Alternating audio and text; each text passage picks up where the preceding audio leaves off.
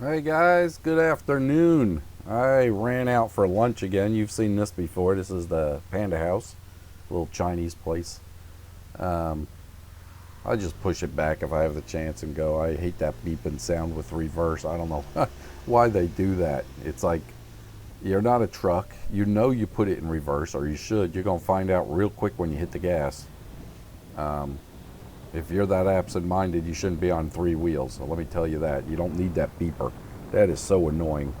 Next to roll the throttle forward to get it started because you didn't read the manual every time you get on the bike. That's the other thing. I've got almost 3,000 miles and it still expects me to read the safety card inside the cover. Okay, let me jump off real quick.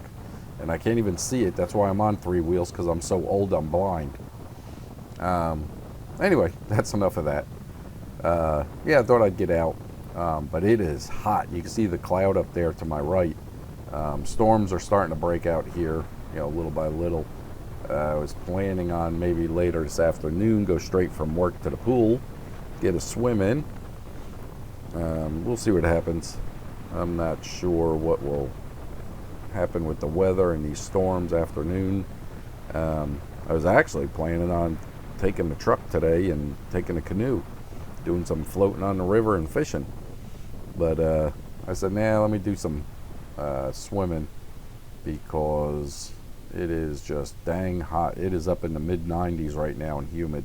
I am cooking sitting at this light. So you could just feel the heat coming off the engine on these things and off the ground. So it's hot today. I don't like these lights. That's right.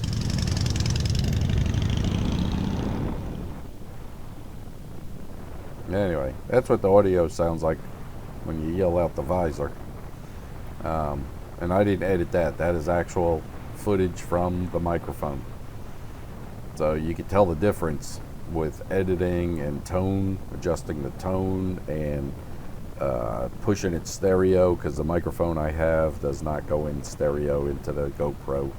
It is mono. So I purposely put it on dual channel and run it to the back channels. Anyway, that's enough about that.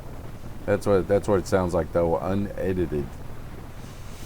Let me. What are they doing? Come on, move up, move. There, good. Got a red light. Kinda. They're gonna get moving in here in a minute. I'm gonna go over what I carry on the bike, safety wise.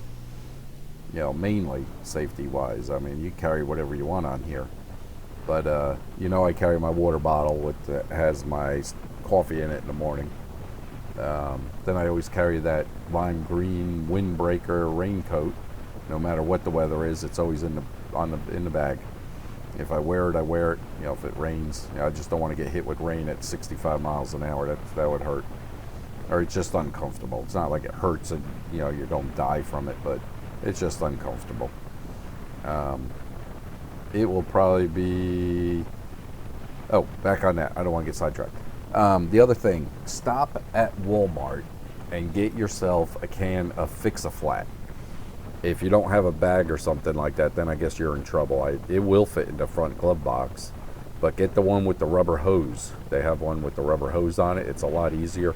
If you get a new nail, screw, something like that in one of these tires, come out from a store or out from work and have a flat tire, you don't want to leave your bike there. You don't want to get a ride home and get the trailer, come back, push it up on the trailer and all. Just shake the can up, hook it up to the valve stem, pump it up, make it to the gas station, blow it up to the proper pressure. The Fix-A-Flat will pump your tire up. I think the front is 25 and the rear is 28. Come on, light. I should edit this out, but I'm in the middle of talking. And the can will do that for you, enough to get to the store or gas station to pump it up the rest of the way. That way, at least you get it home, take it off yourself, or get it over to the shop that way. That way you're not stranded, you're more self-sufficient. That is a must. I mean, I've got one in the bag. It doesn't take up much room. It's like the size of a can of soda, maybe a little bigger.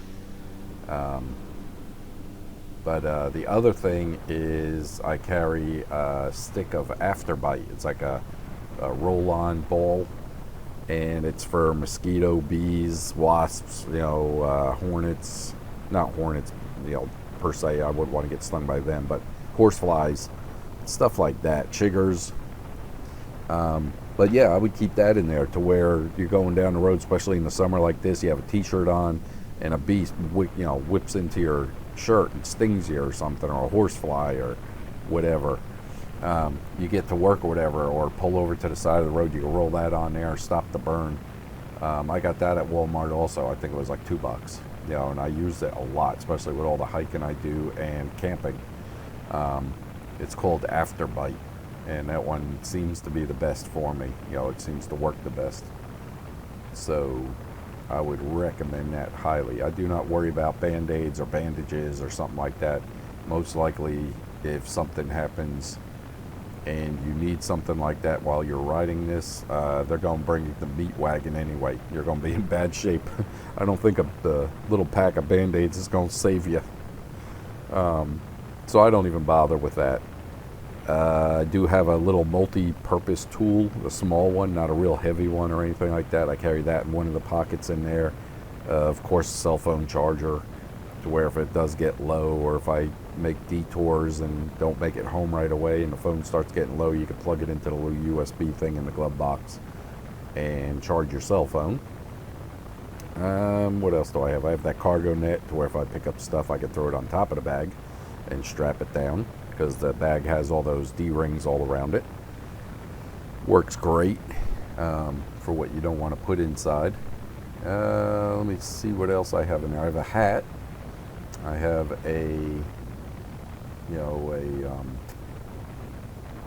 gosh, I don't know, whatever you want to call it. It's a military hat, wide brim, kind of wide brim.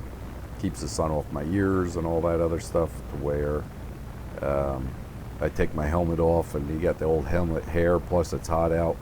I don't know where I might be heading after work, so I always, I have a spare hat in there, and keep the sun off your head.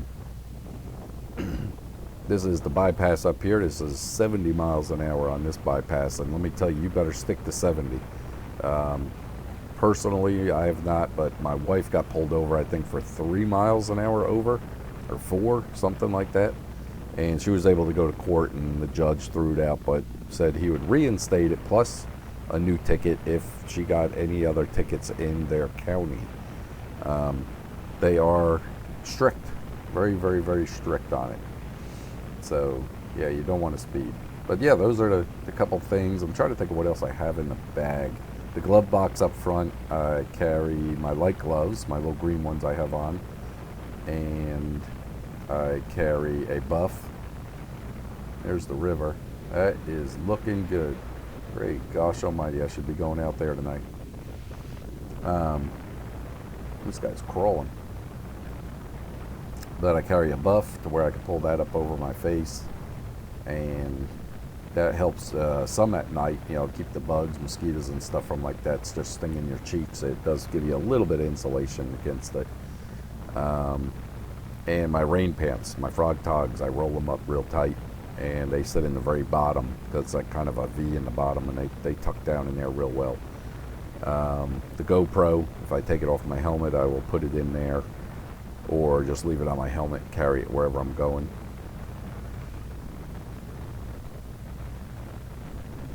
But that's about it.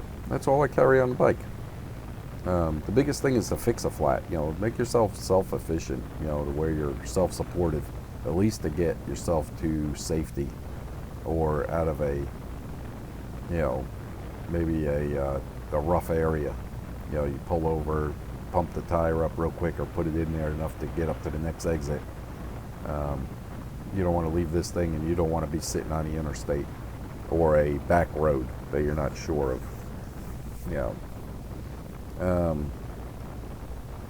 But this will probably be the last couple videos that I do with this center mount. I'm just trying something new, like I talked this morning. Just try to break it up, and it's one of my not so favorite angles. I may try one on the bike, but I have a feeling that will get real boring. Just a static shot, they call it, where your head's not moving or the camera's not moving. It's just a static shot of going down the road. I think that would be real boring, but I may try one.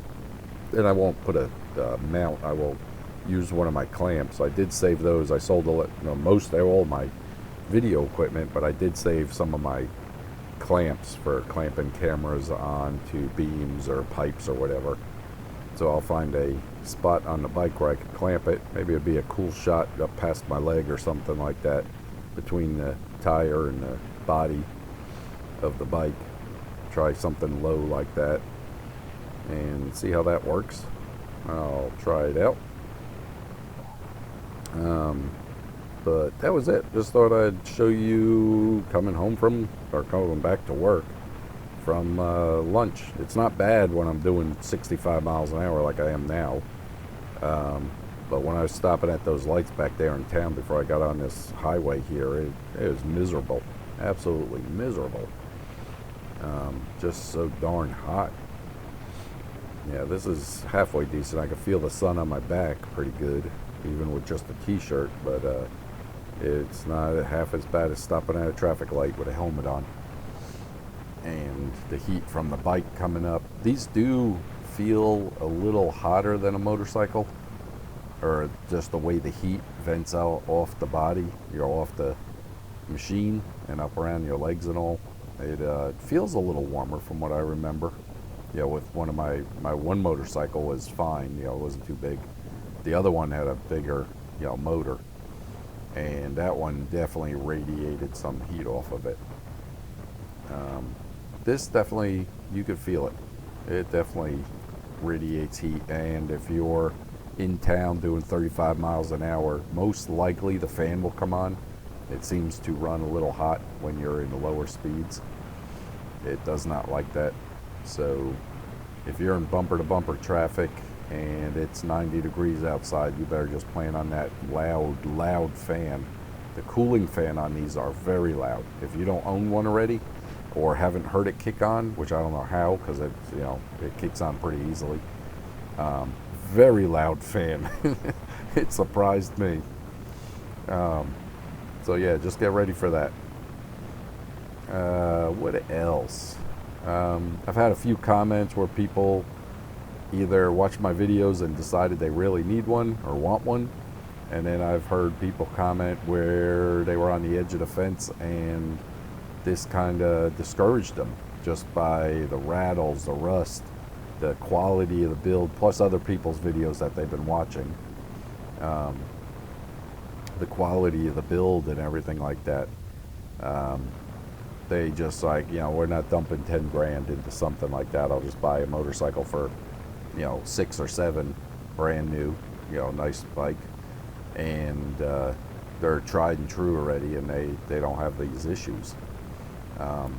The one bike I was looking at, besides this, when I went to go get one, was the Vulcan. And it had anti-lock brake, and it was only like 7 grand. Brand new, sitting in the showroom. And that was very, very comfortable bike, real nice. But I just didn't want to go back to 2 wheels, and worry about that, because I do ride it, all through the winter and every kind of weather. As you see in my videos, I'm not going back into that. Anyway, here's my turn into work. Thank you for joining me on my lunch break, and I will talk to you guys soon, and thank you very much. Bye.